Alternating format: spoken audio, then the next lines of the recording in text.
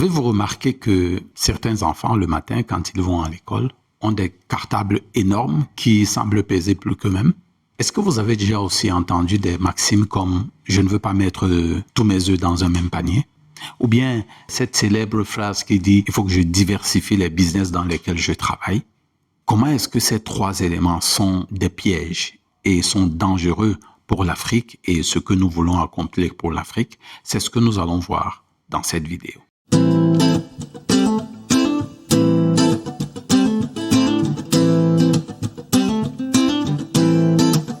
Bonjour, je suis Didier Mayem de Be Different. Bienvenue sur cette chaîne.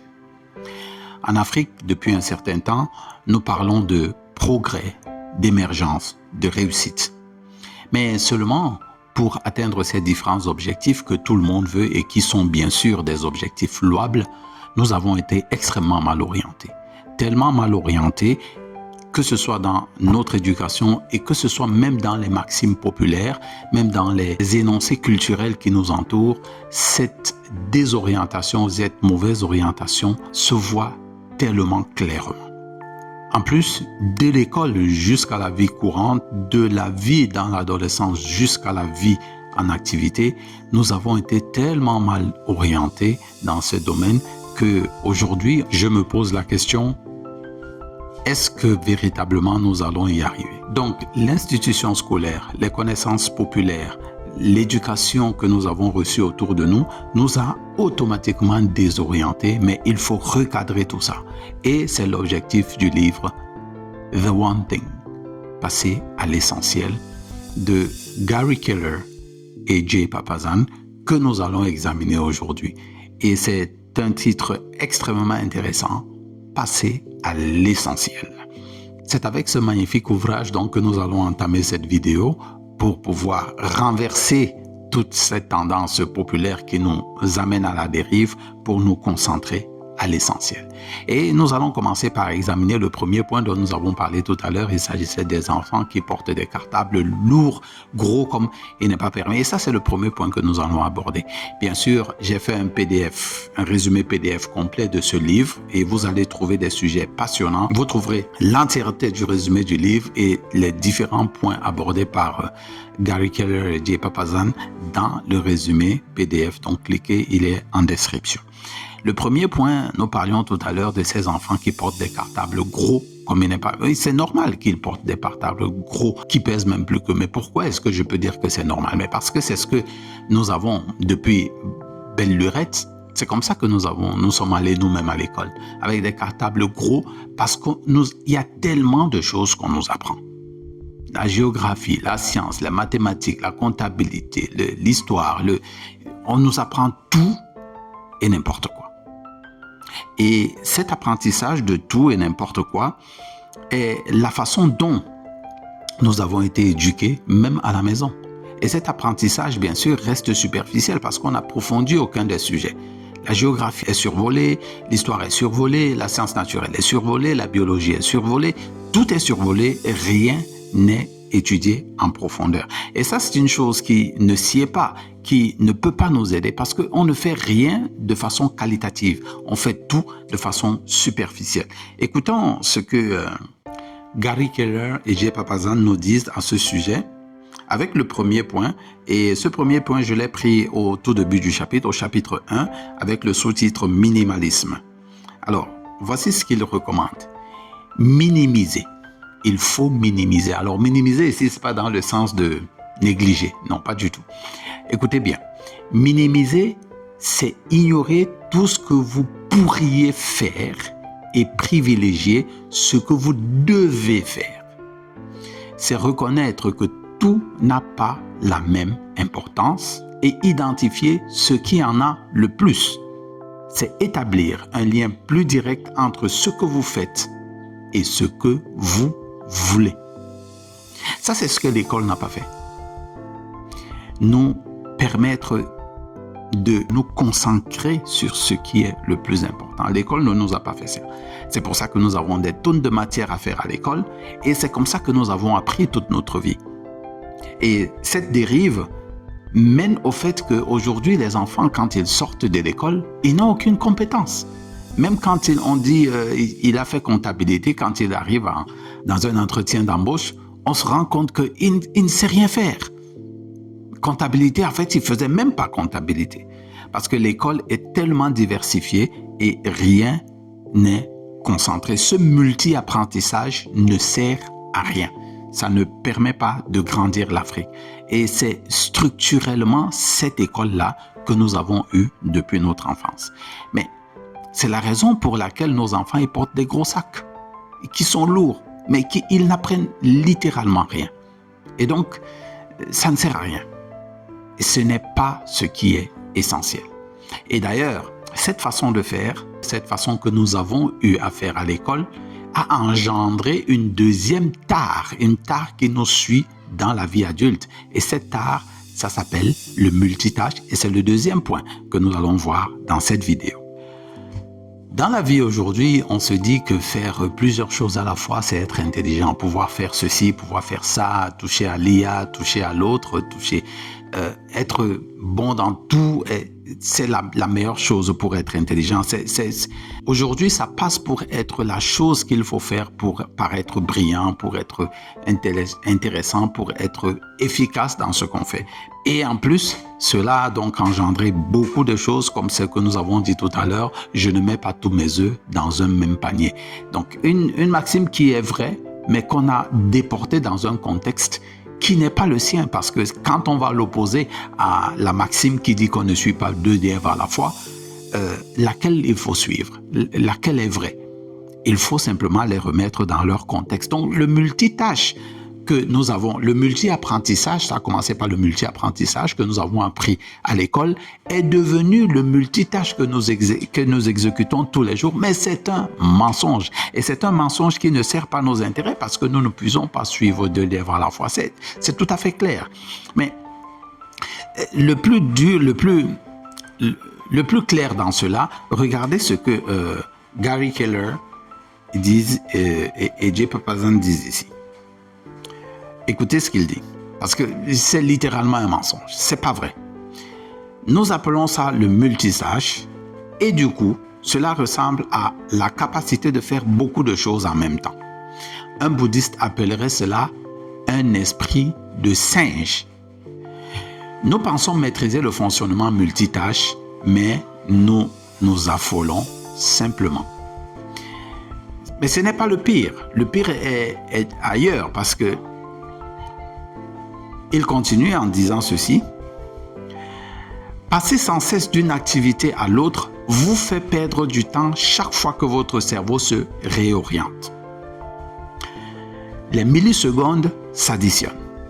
Les chercheurs estiment que l'on perd en moyenne 28% de notre journée à cause de ces contraintes cérébrales. Il faut passer d'une tâche à l'autre. Quand vous faites une chose, quitter ici, aller là-bas, revenir ici, il faut que le cerveau tout le temps se mette à se recalibrer pour se reconcentrer dans une tâche. Et selon les chercheurs qui aiment tout chercher, ils disent que nous perdons 28% de notre journée à le faire. 28% d'une journée, c'est 6h30. Nous perdons 6h30 quand nous ne restons pas focalisés sur une chose, quand nous ne restons pas concentrés sur une chose. Donc, en même temps, nous ratons l'ensemble des choses que nous faisons parce qu'il faut un recalibrage tout le temps et nous ne nous concentrons sur rien. Avec quoi est-ce qu'avec cela, nous pouvons faire progresser l'Afrique, faire émerger l'Afrique ou bien réussir dans ce que nous voulons faire pour l'Afrique? Absolument pas. Et cela se répercute aussi chez les entrepreneurs. D'ailleurs, à cause de cette vidéo, je me suis dit, ok, je vais faire un tour encore dans ce livre parce que c'est quelque chose que j'avais lu et je me suis rappelé en préparant cette vidéo que MJ de Marco avait parlé de ce sujet. Et à la page 476 et 477, écoutez ce qu'il dit. Et là, on s'adresse spécifiquement aux entrepreneurs qui, bien sûr, parce qu'ils ont été éduqués au multi-apprentissage, ils ont automatiquement embrayé avec le multitâche et cela se retrouve même dans leurs affaires. On est atteint du syndrome de Tekel lorsqu'on est obsédé par le besoin de disperser son attention entre différents projets et opportunités. C'est aussi symptomatique du coureur de fric par opposition à celui qui cherche à répondre à un besoin. À la page 477, il dit « Sérieusement réfléchissez. Les gens les plus riches du monde se sont enrichis en se concentrant sur une activité principale. Pour être au sommet de son art, dans la vie comme dans les affaires, il faut se concentrer sur une chose et une chose seulement.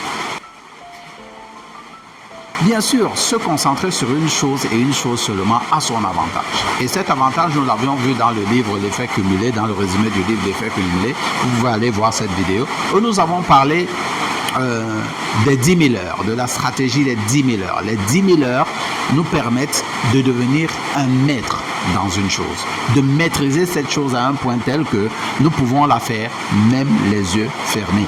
Et c'est maîtriser une chose, choisir une tâche, c'est ça qui est l'essentiel. Et c'est ça, ce secret qui est tant détesté que les gens ne veulent pas appliquer aujourd'hui.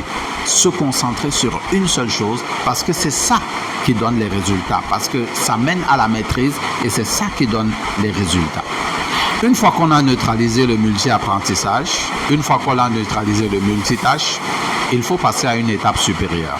Et ça, c'est le troisième point que nous allons voir ici, une méthode déterminée.